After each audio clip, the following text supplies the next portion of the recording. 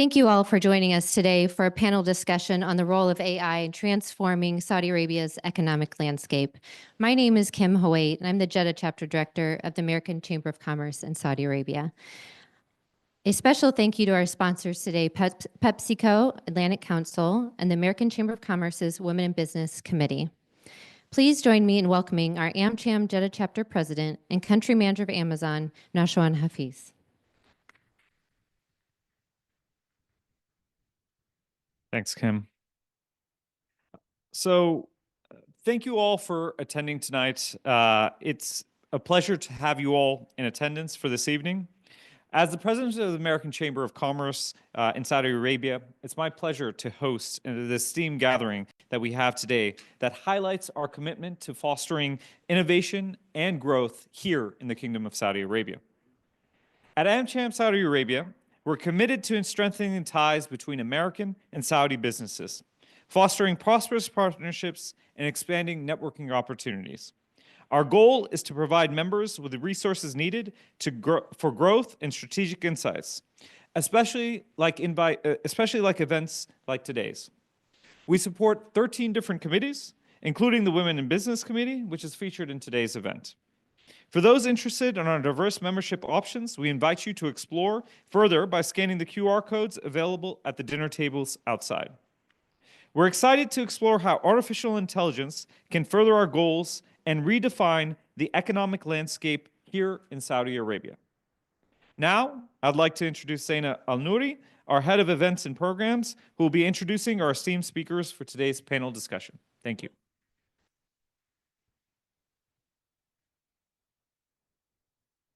Good evening, everyone. Thank you, Nosh, for the introduction. I'm excited to be presenting our panelists for this evening. First, we have our moderator, Dr. Maha Akid. She's a seasoned professional who has diverse experience in media, academia, and intergovernmental organizations. She was the first female to ever work at the Organization of Islamic Cooperation, and she's currently a lecturer at Dar al-Hikmah University, and it's an honor to have her in attendance today. Next, we have Fawaz Abu Ghazala. He brings a rich background in international affairs as well as operations and product development. He's currently the CEO of Remedium, a platform aimed at improving carbon emissions, tracking and reduction strategies for companies. After that, we have Lulwa Bakir, who is a founding partner of Chrome Advisory with over 25 years of experience in the field of corporate finance, venture capital, and investment banking. Lulwa is recognized as a leader in the kingdom and sits on various boards and committees. Then we have Fatma Ba'uthman, and she's a distinguished leader in artificial intelligence who is currently the chairwoman of Global Jenny AI, and she was the first female in the MENA region to receive a PhD in artificial intelligence. So we're very excited to have her insights here tonight. And last but not least, we have Nizar Kamouriye, our esteemed board member, who sits on our ESG committee as the chairman and is also the CEO of Sawako Water Company. So without further ado, I'd like to ask you all to welcome our speakers onto the stage.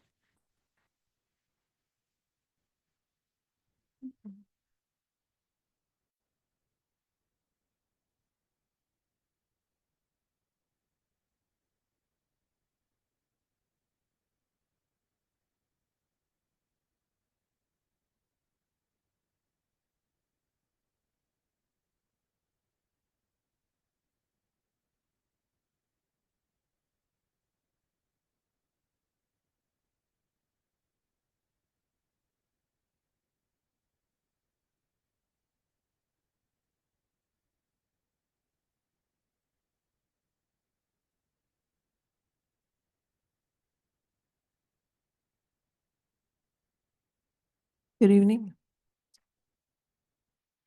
Assalamu alaikum. Good evening, everyone. It's really a pleasure to have you all and welcome our distinguished panelists. I think we will have a very interesting discussion today on a topic that everyone seems to be talking about, which is AI and how it's impacting our lives in every way. and not just the businesses and industries, but really in every single way. The Kingdom of Saudi Arabia has emerged as a leader in the global race for artificial intelligence, adoption, and innovation. Over the past few years, the government and private sectors have worked together extensively to create a robust and dynamic AI ecosystem, aligning with Vision 2030's objective of establishing the kingdom as a technological hub and diversifying its economy. Saudi Arabia's commitment to AI is evident in its significant investments and strategic initiatives. In 2024, Amazon announced a $5.3 billion investment in the kingdom, focusing on data centers and advancing AI technologies. Additionally, the government is engaging with Andreessen Horowitz and other venture capital firms to secure an additional $40 billion for AI startups. In March 2024, Saudi Arabia launched a $1 billion Silicon Valley-inspired startup accelerator, aiming to attract global AI entrepreneurs to the kingdom. The kingdom has initiated a $100 billion project with the aim of developing a preeminent AI capability. So obviously, there's a big focus and drive towards AI and integrating AI and taking advantage of what it can offer in terms of opportunities. Dr. Fatma, I would like to start with you. Welcome. As introduced, you were the first woman in the Middle East to earn a PhD in AI and have dedicated your life to teaching AI to women. Women-led business continue to face challenges, including limited access to funding, which according to some statistics, they receive only 0.47%, so even less than 0.5% of total funding in MENA region. Also, they face intense market competition and barriers to scalability. With AI's growing role in business optimization and decision-making, how can AI help women-led SMEs in Saudi Arabia overcome challenges and how they can find opportunities with this emerging industry? Thank you for your question and thank you for having me with you. I'm so proud to be among the guests today. This is very interesting questions. Of course, as you mentioned before, that AI is changing the landscape of economy. And Saudi Arabia has different programs that has been established with different ministries, with different councils. I don't know about the number statistical that you mentioned, but I believe that there are plans to probably focus on better investment like this, which is going to empower women in Saudi Arabia, and especially with AI and in different sectors.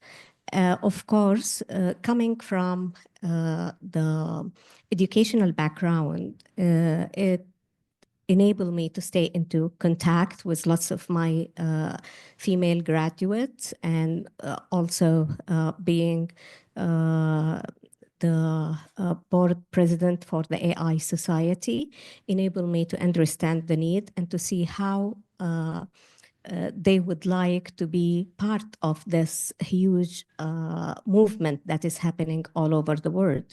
And part of these programs probably is related to SMEs and the investment that has been recently established with different banks, with different probably different councils and ministries. But when it comes to numbers related to women, I cannot talk about it because I don't have the statistics for the time being.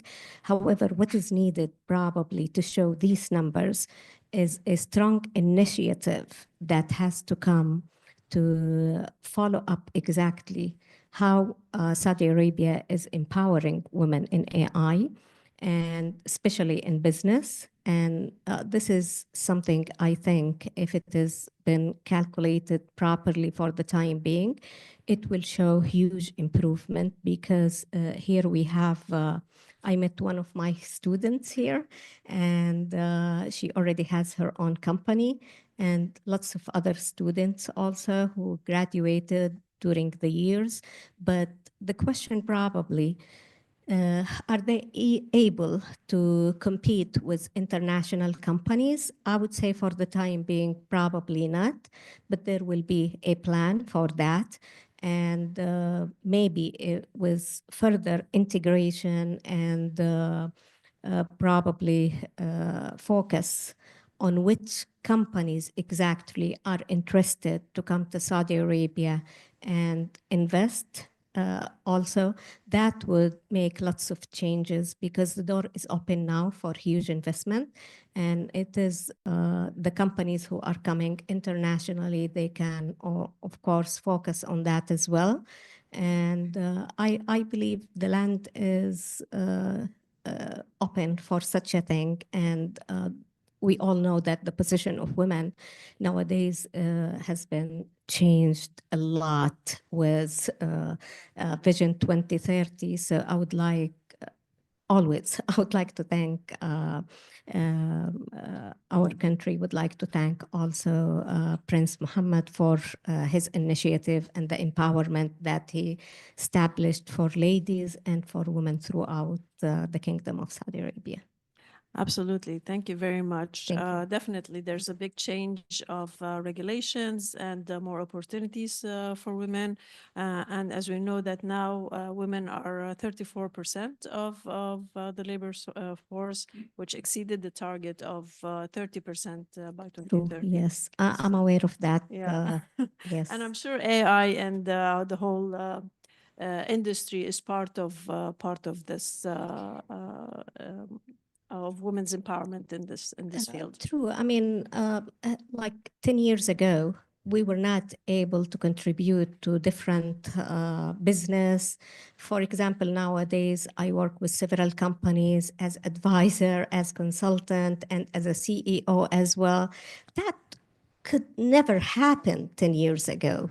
It was a big challenge. And the challenge that in reshaping the whole landscape without focusing on oil industry only is something also of great importance, but the women already involved in that as well. Aramco has already established the digital arm for to empower SMEs, small companies, not to mention that they are being involved heavily in and investing heavily in AI and energy for the future. Thank you, Doctor. Thank you. Well, this takes me to Lulwa, since you are an investor and advocate of for entrepreneurship in Saudi Arabia. You have witnessed firsthand the role of AI in transforming businesses, and particularly also empowering small businesses for women. But startups still struggle, especially women, in accessing funds and expertise to integrate AI effectively. What role do investors and venture capital firms play in bridging this gap, and how can the financial sector better support AI-driven startups? Thank you, Mahal. First of all, I regret not asking you that I didn't want to follow Dr. Fatima because she's a very difficult act to follow, but I'm going to give it a stab. Yes, I mean,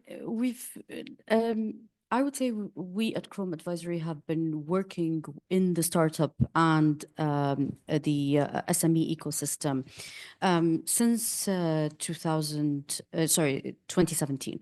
And we've seen a huge evolution of tech adoption and recently AI adoption. But I would say the challenges that are facing SMEs and startups in emerging markets are universal. They're not just Saudi-centric. Some things would be Saudi-centric related to certain mentalities, but I would say what I mean, for example, when I say infrastructure challenges, implementing AI requires a great investment in infrastructure, and this infrastructure is hard infrastructure, brick and mortar. You're talking about data centers. You're talking about powering these data centers, which consume a great amount of power. You're talking about knowledge transfer and know-how, but you're also there's the soft infrastructure, which is the human capital.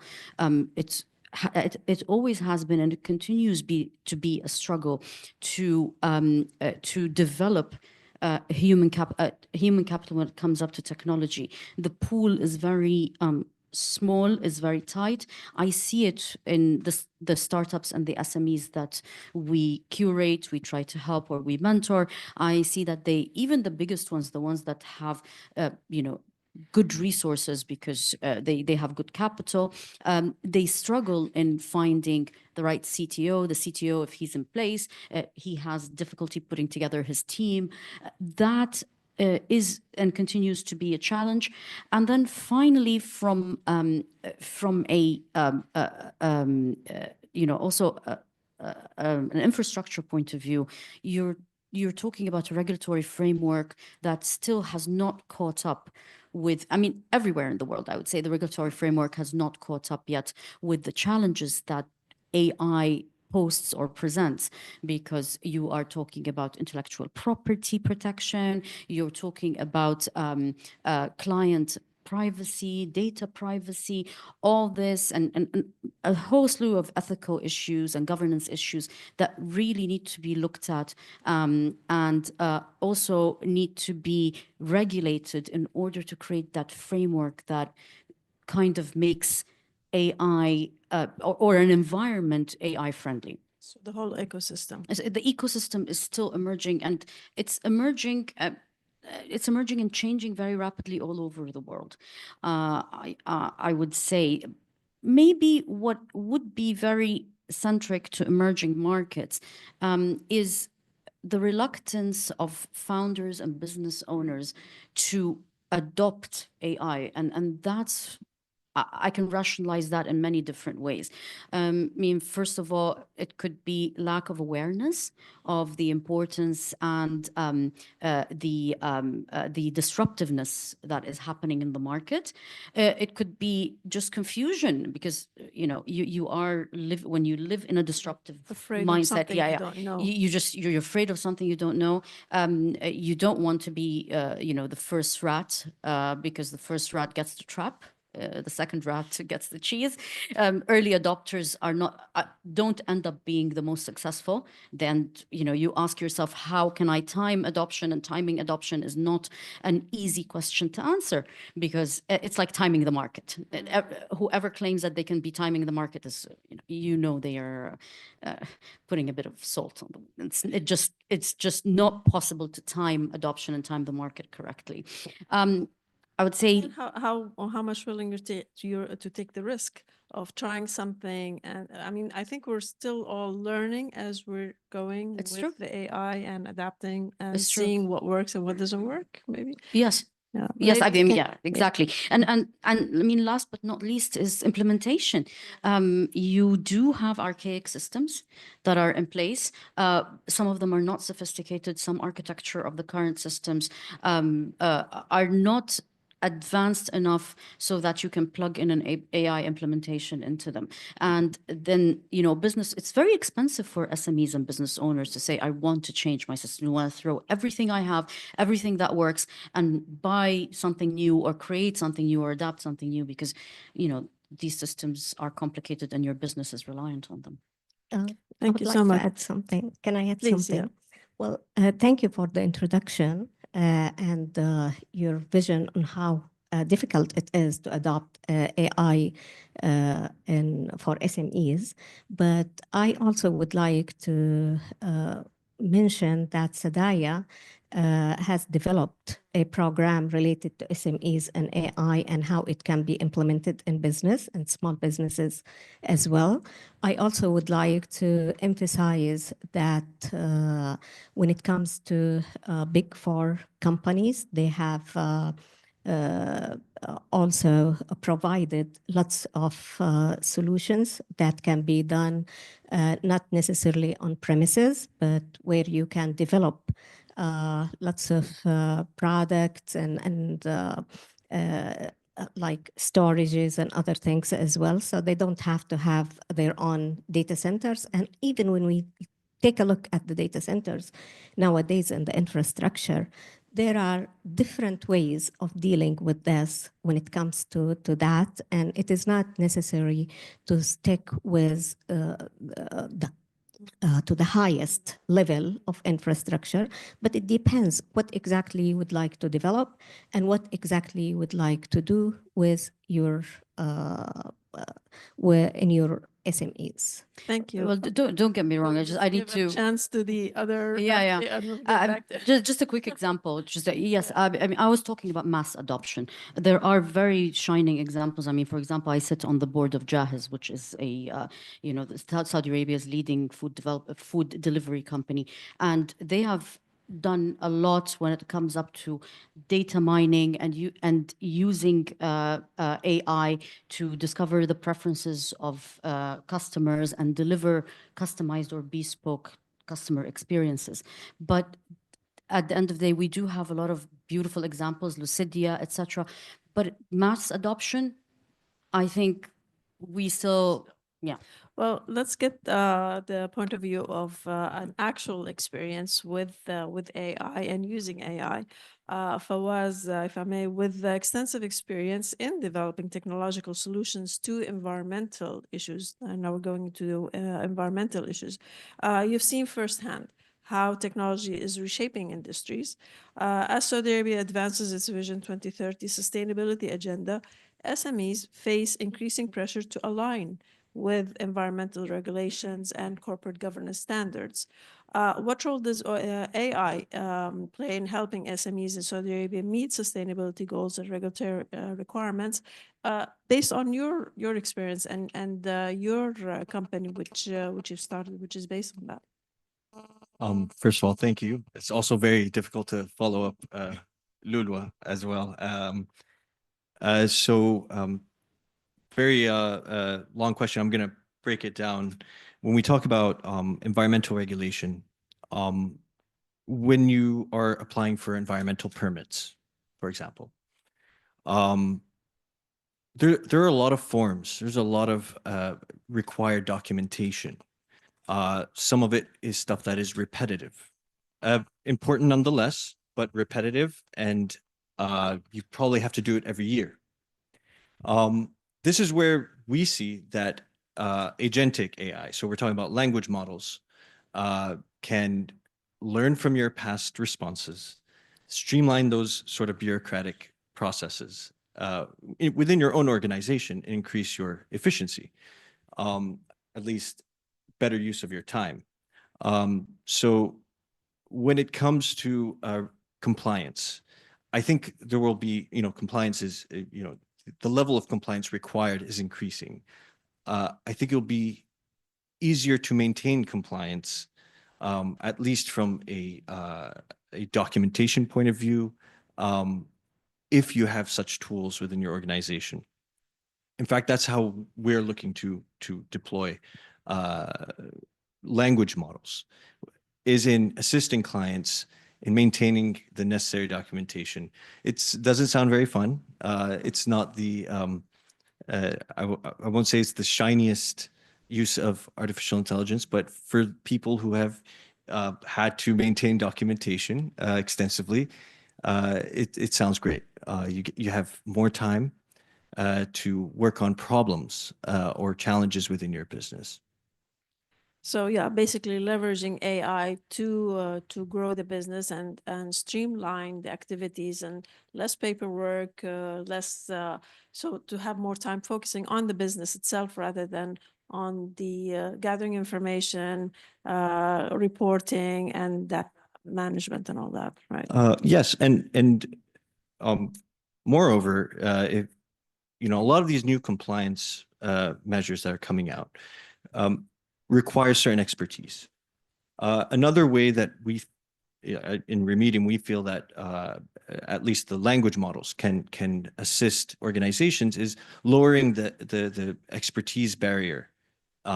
So if you have an agent that is trained on this global standards, that can reference the exact regulations and the steps required to obtain a permit or a certification, then it can guide a relatively well-trained manager that is not technical on the matter through the process. So, Lulu, you spoke about the talent pool. And on that, we have that same issue in the environmental side of things. We look constantly for environmental professionals. Now we have environmental professionals creating learning material for the artificial intelligence rather than executing in the field as much, such that we can make it the execution part of environmental activities accessible to any skilled manager. So Fawaz, what you're saying really applies to risk management in general, whether it's credit risk, environmental risk. I would assume it applies as well in banking as well. If you talk about processes like know your customer, just making sure you have all your papers in order. And the right skills, the people. And the right skills. Nizar. Okay, your organization, Sawako, has seen great success in implementing AI through various projects, including partnerships with the Fawaz company and others. Can you share some examples of how AI has been utilized within your company? Additionally, what advice would you offer to others, especially SMEs, those that in the sustainability sector who are looking to integrate AI? Okay, it's a long question, but I'll try to answer it. I can say we're lucky to be in the space we're in. We're in the desalination. We desalinate water, we store water, we deliver water through different modalities. So when I started with looking for AI, it was back in 2018. Before the buzzword AI was there. At that time, it was called Operation Intelligence. And the first company, and I can now talk about the name of the company, no problem. The first company that I approached was in 2018. It's called Imagine. And it was built, it was a startup built by Turkish engineers in Ontario, Canada. By the way, Ontario is the hotbed of water technologies around the world. And we could not continue. They came to Jeddah and we started what we call the process optimization steps. And at that time, we never used the word AI. And the company was gobbled by another bigger company, and they were so big, they were not interested in few $1 million contract with us. Then I moved to another startup. The key with AI is look for startups to reduce your cost, because you have the brightest people in startup. Otherwise, they wouldn't survive. So look always for They don't have the experience, maybe. But in AI, there is no real experience, because experience is being made now. By the way, it's very important to understand that AI does not involve itself with the underlying business. They follow processes and data management, and they look for patterns. And based on patterns, they give you a solution. So you can have the underlying asset desalination, could be mining, could be electrical power plants. AI works on data and identifying patterns. I will tell you about our experience just to prove this point. So I met in 2019 a company called Pani from Vancouver, and we started working, and COVID came, and we have to delay everything to 2022. So we started our first plant, our largest plant. It's called Sajako, and we implemented their AI, and now we're 80% into implementation, because we have to invest heavily in data collection and IoT and sensors. Because to have the most difficult part for any SME, and I will talk about the 4 pillars for SMEs, is data sufficiency, data collection, and quality data. The more data you have, the better, the more historical data you have, And the more sensors you have, you collect online data, the better is the outcome of the AI, of the machine learning. So in the 1.5 years that we've been implementing AI in social, and we're not completed yet, we're not yet completed, we have increased our, I can now share this information, we increased our water production with the same equipment, same pump, same energy recovery turbine, 8%. We reduced our power consumption by 7%. And we reduced chemical consumption by 15%, and I'm responsible for what I'm saying in front of everyone. Then, through my association with an international organization called GESI, Global Enabling Sustainability Initiative, I had the chance to deal with the bright minds of NEC Labs from New Jersey. And we did a use case in another plant called Store City plant. And there, they developed an algorithm for us, an AI algorithm, because AI, you have two types. You have the visible AI, which everybody knows, which is the generative AI, where unfortunately 99% of all investment going to that, and it represents only 2 or 3% of all AI. And the real AI is the writing of algorithms. And with NEC, they wrote an algorithm specifically for our plant. And amazingly, in less than 3 months, we achieved power consumption saving of 6%. You have to understand, in desalination plants, when you talk about over 3, 4, 5% power reduction without a new technology, without changing pumps, without changing equipment, it's something huge.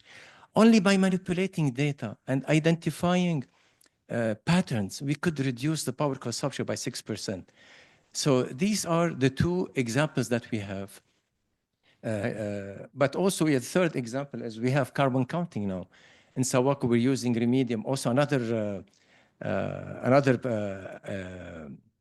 startup of Fawaz, Remedium. Now we're the first probably utility, not only in Saudi, probably in the world, that with every shipment of water, we tell you how many kilograms of CO2 you're consuming. So we'll help you with your scope 2 or scope 3 ESG reporting according to how you look at our water in your process. So that's the beauty of AI.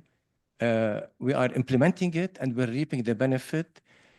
I don't say it's a reasonable cost, but acceptable cost. Well, you mentioned something about data and the importance of having data. What are the challenges in obtaining or accessing data and using it in the right way for your business? Yeah, in your question, there is an element, what SMEs can do to prepare themselves for the AI age.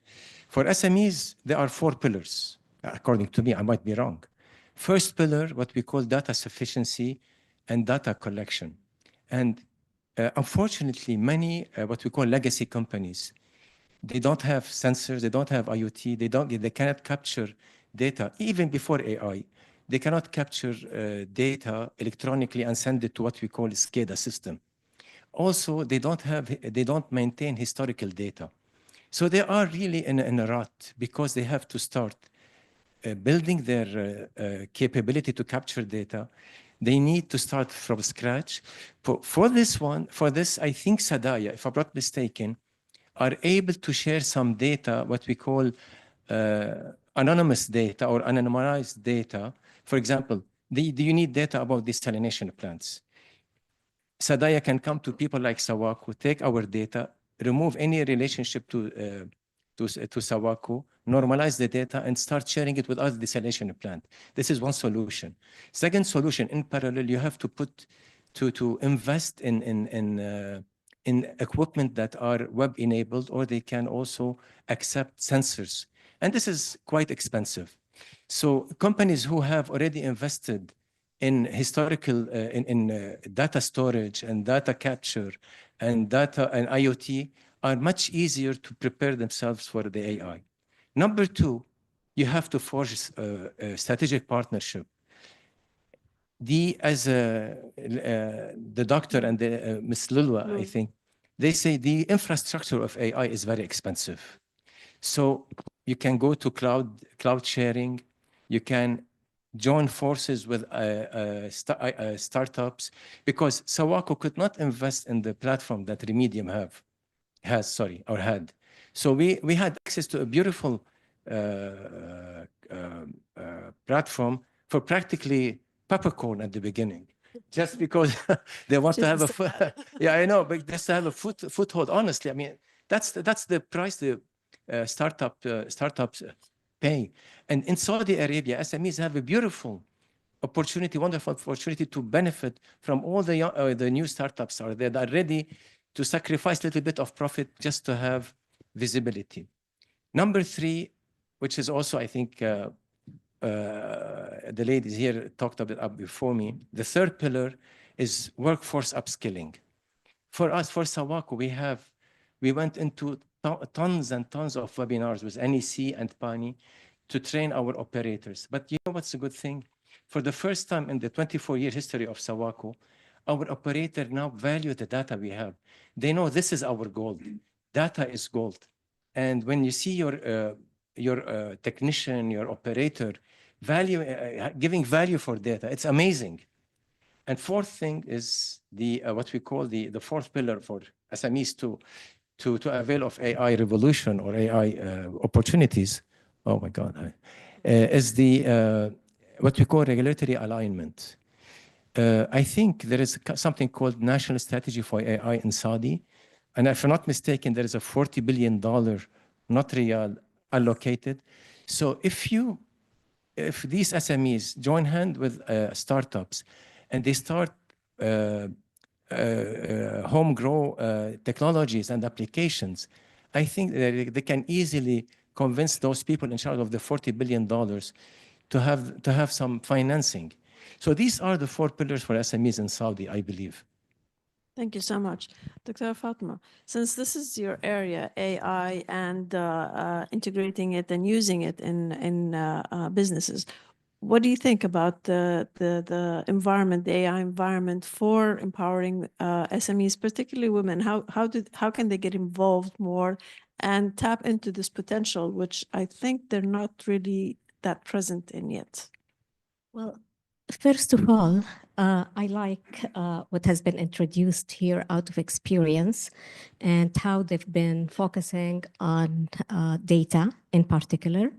I would like to add that when we talk about AI, we need to go into the different resources and levels and values of AR to integrate it with the different for example, are we talking about implementing AI for users, like what Mr. Fawaz is doing, or are we, or doing for the operational, or for activities, or for other things, infrastructure and blah, blah, blah. So for each and everything, there are different values that has to be set and drawn at early stage, whether it is going to be for optimization or growth.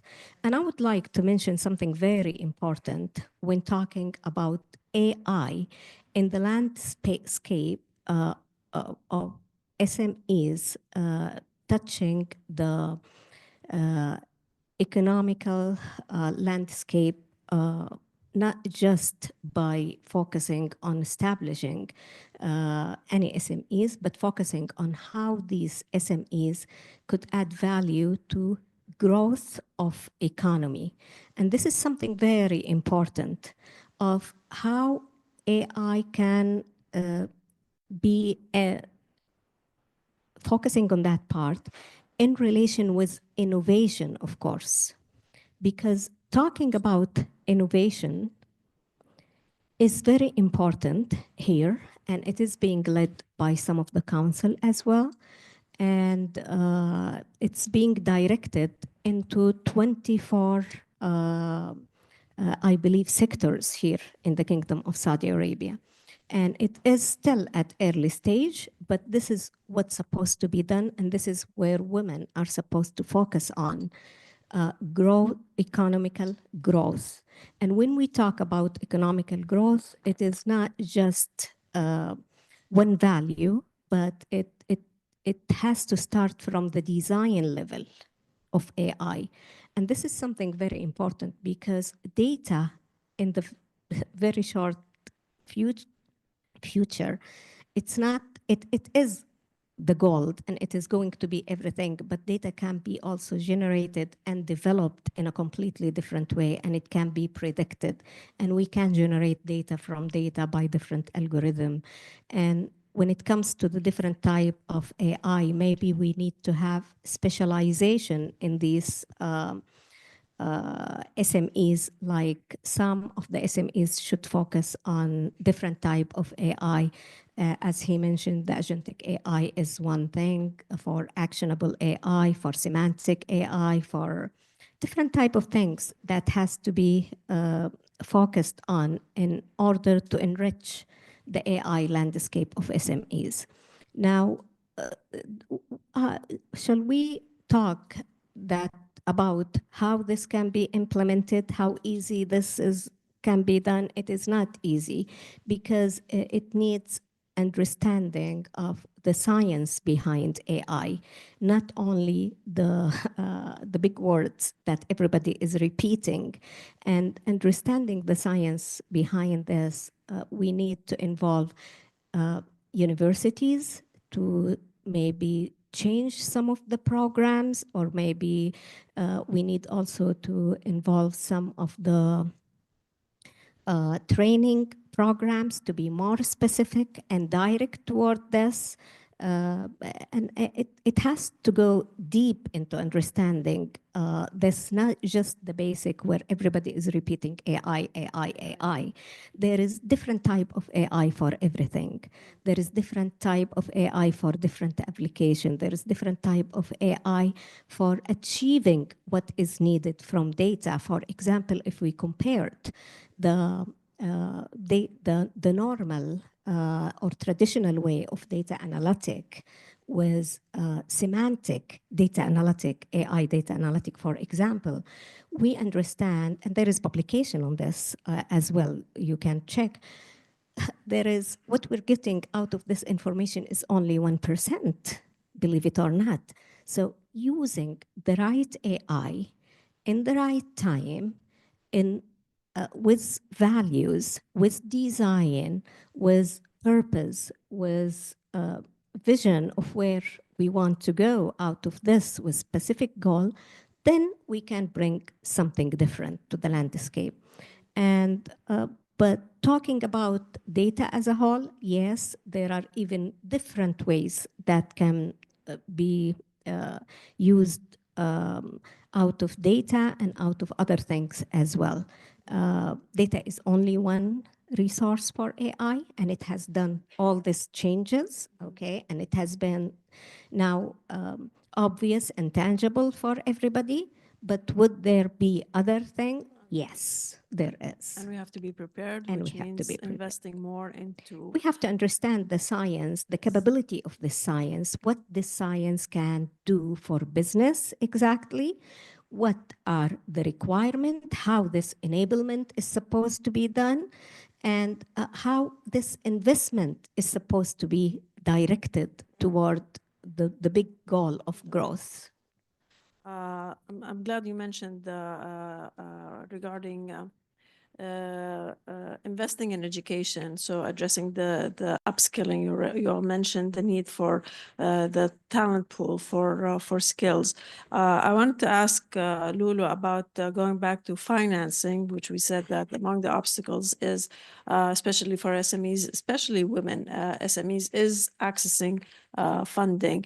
And we all know about algorithms and biases in algorithms that do not favor female investors and entrepreneurs.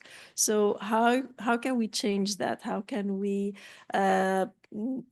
level the playing field, let's say, make it more accessible for female entrepreneurs?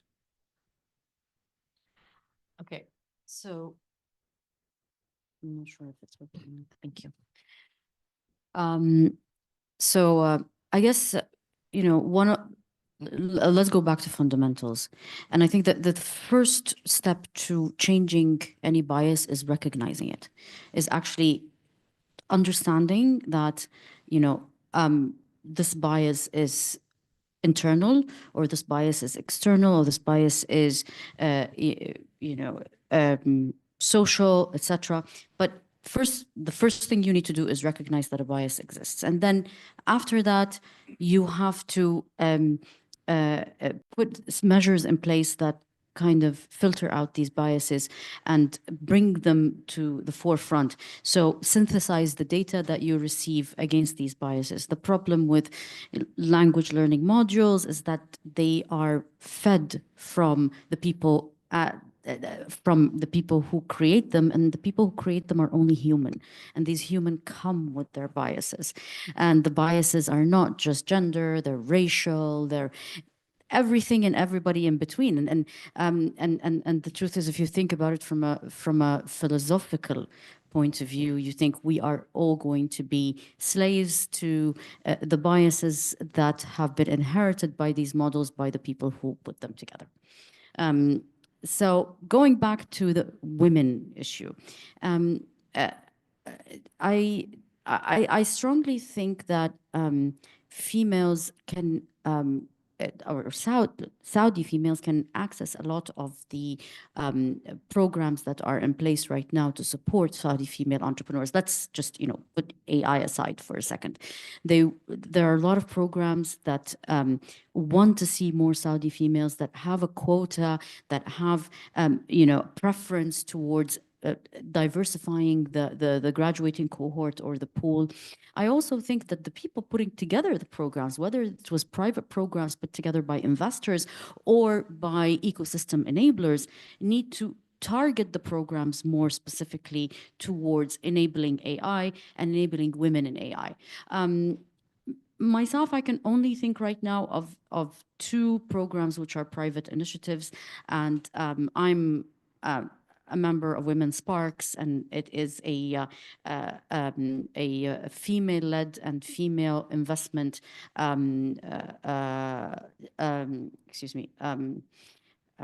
angel club in Saudi, and it's growing. It's becoming more diversified. There are also accelerators, but they're just far in between. What you really need to do is to hone these programs so they incentivize the creation of AI and they incentivize women participating in AI. I would say also the grants and the financial support, that whether that comes from financial institutions or from investors, can be structured in such a way that it is financing or investing in AI-enabled programs, and that way you shift the incentive in the market. First, an entrepreneur doesn't have an incentive to go through all this risk taking, but when they see that there's a prize in the end, they might say, well, you know what, it might be worth it, I can do this.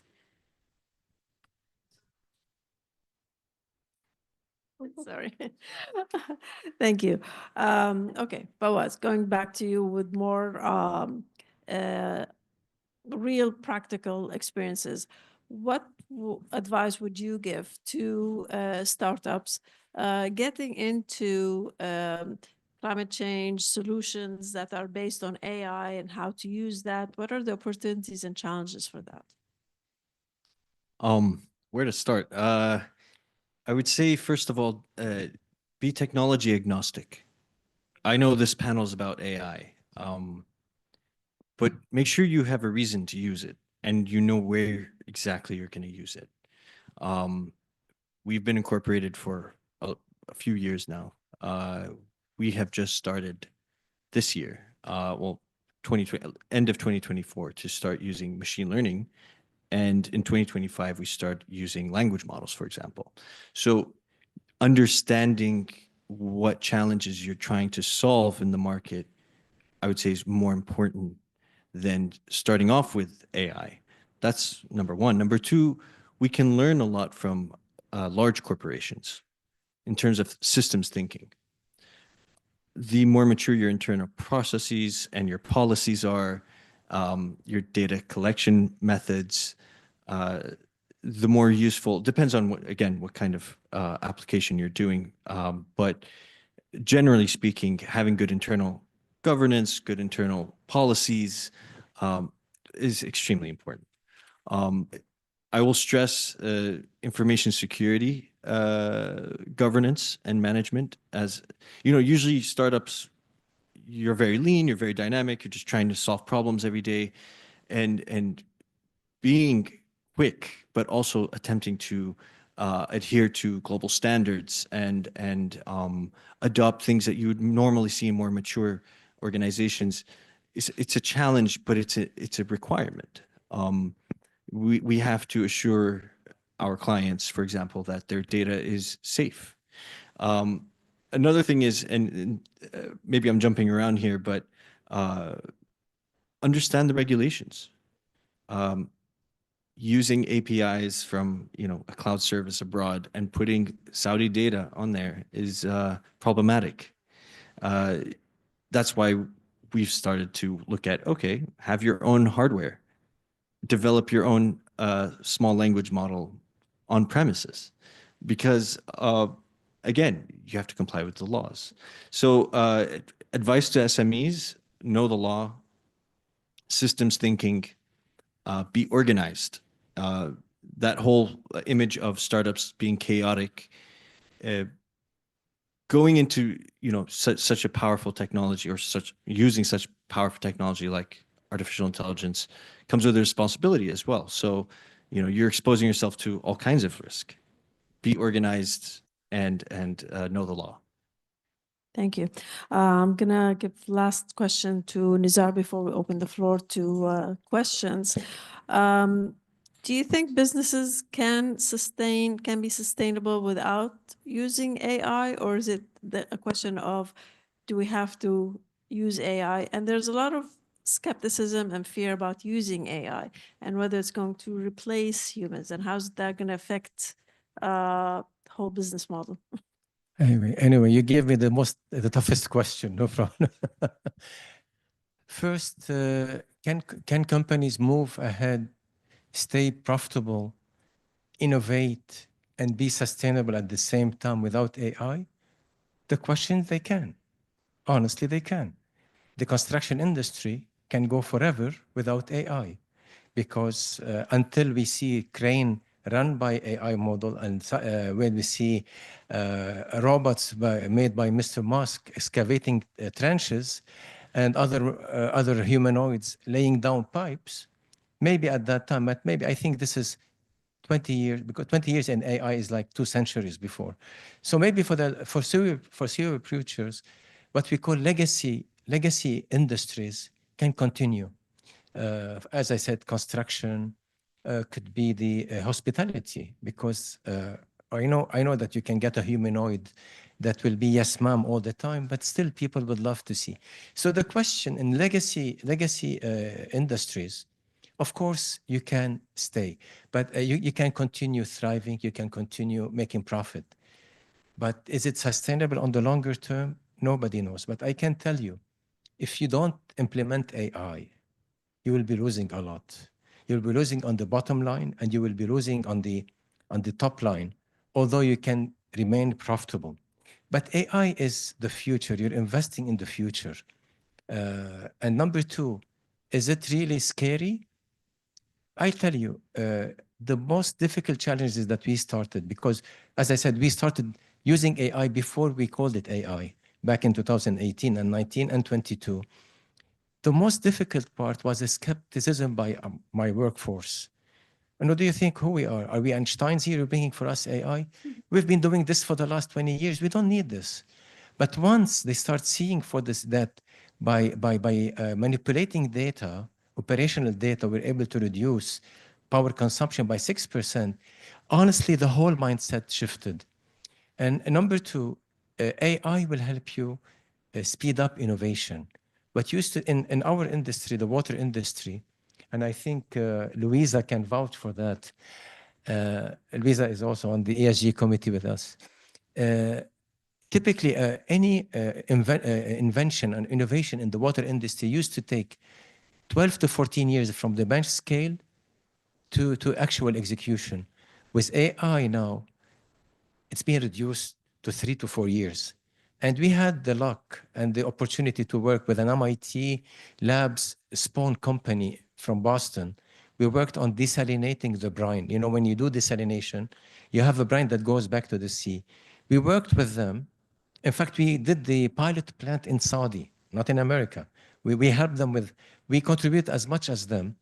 And now, but using advanced algorithm, now we're able to desalinate also part of the brine. And you're all welcome to come and visit our plant that desalinate 50% of the brine, which is amazing. I mean, not for us, but for the people who work in this technology. So yes, you can continue being, as a conclusion, you can be profitable in the legacy, industries, but you will be missing both on the top line and the bottom line. Thank you very much. You want to comment on that? Oh, yeah. Oh, yeah. First of all, I believe that any company who is going to decide to continue working on a traditional way is going to last probably for the next 6 years at most, and then maybe not, and then it's going to struggle and die, all right, without AI completely. Yes, this is something very challenging. And when we talk about the engineering sector, of course, where I sit on board with the Gen AI company, we have developed a project management system that will change the landscape, where no more delay in any projects that is supposed to take place, and it is going to assist not only managers, but also the people on the ground. It will optimize the resources being used and so many things, all right? And it is being developed already. We're using Asian technology, and this is only one thing. So talking about the engineering, and of course, why I do understand lots of engineering. I graduated from the College of Engineering and Computing from UK. And the first thing I have done when I returned is to establish the Women Engineering Committee here in Saudi Arabia. And out of this, as a result, the establishment of women colleges, engineering colleges in Saudi Arabia. Of course, I am proud with the team I worked with, and I'm proud that the country supported this vision and helped us. But I am in contact with most of the engineers here in Saudi Arabia. We have our own community, and I see what they're suffering of. And as Mr. Fawaz mentioned, that everything starts with understanding the problem and the gap. And there are huge things when it comes to engineering. And on top of this is building and the construction and the materials and so many things. What you can build in 3 years, nowadays you can build in no time. And this is also related to not only having AI and innovation, but also how big engineers are investing in the engineering. So there is no verticals that is going to escape from AI. Just no. Yeah, well, I can according- see what Thank is you. going to happen in the future. Well, Thank you. as we know from the report of jobs of the future, the latest from the World Economic Forum, the top jobs are all AI related, computer science. So it's coming. It's something that we have to deal with. Thank you so much. I'll open the floor for questions. Any questions? Questions over there.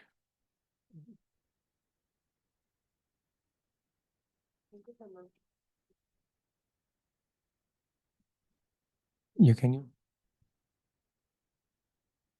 If you want to use it. You want this? Yeah, okay. Thank you so much for your contribution and everything. I want to, any one of you that can take over that question.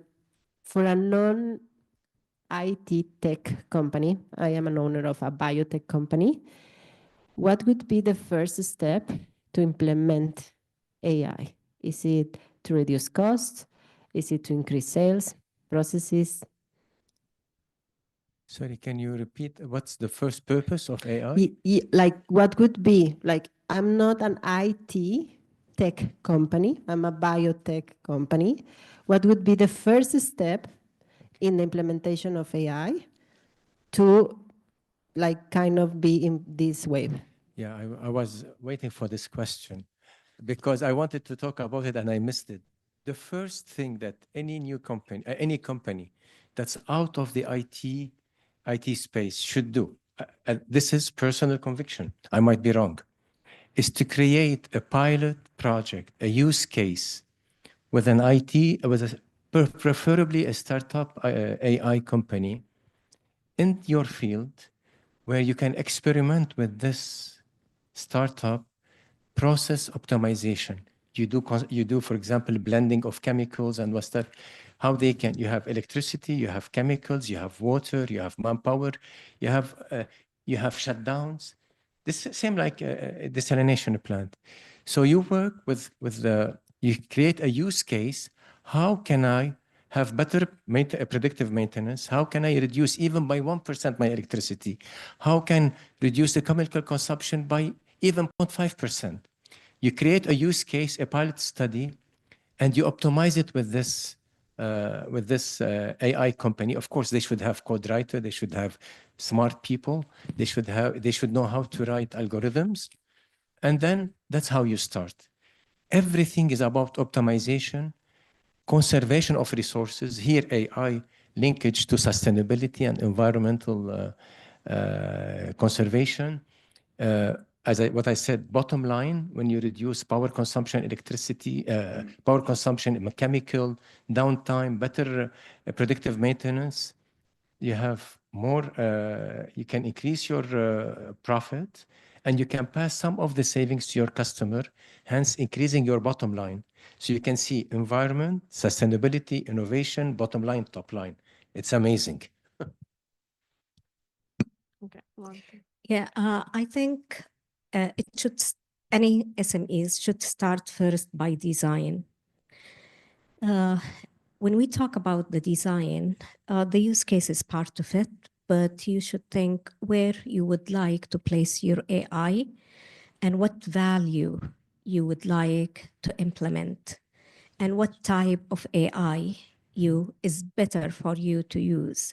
The example that was mentioned is related to optimization and cost reduction. Of course, there are other things that you can focus on, and it depends on the value and it depends on the connectivity and the time. For three things that any SMEs should think about in order to move into the next step before building the company. Thank you. Thank you. Any question?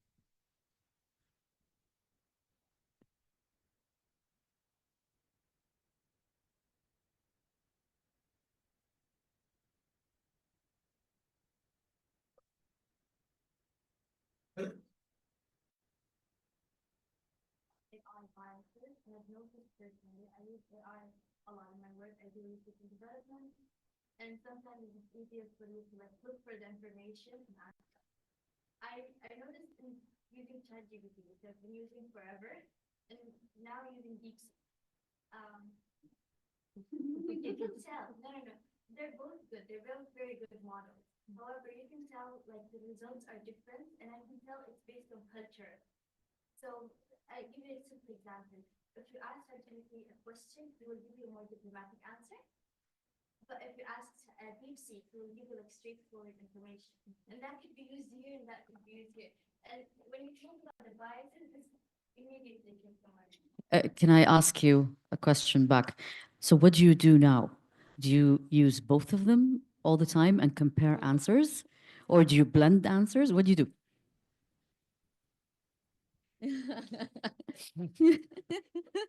Kind of face. Yeah.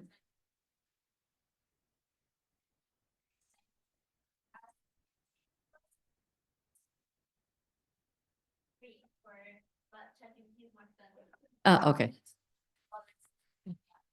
So in science and artsy, other stuff are not challenging. But also I have another question. You talked about AI and sustainability, and I recently participated in a debate about how AI is sustainable and how we can use AI. I use AI every day. I love it, okay? However, I know that it's not very sustainable. So what's your opinion? You're the expert. I don't know. I know that it wastes a lot of water, I've been told. But what's your experience about it? What can you tell me? Because I know that it faces a lot of sustainability issues. Like one question asking ChatGPT is wasting 1 cup of water. I've been told that. So what's your opinion? How do you see it regarding sustainability?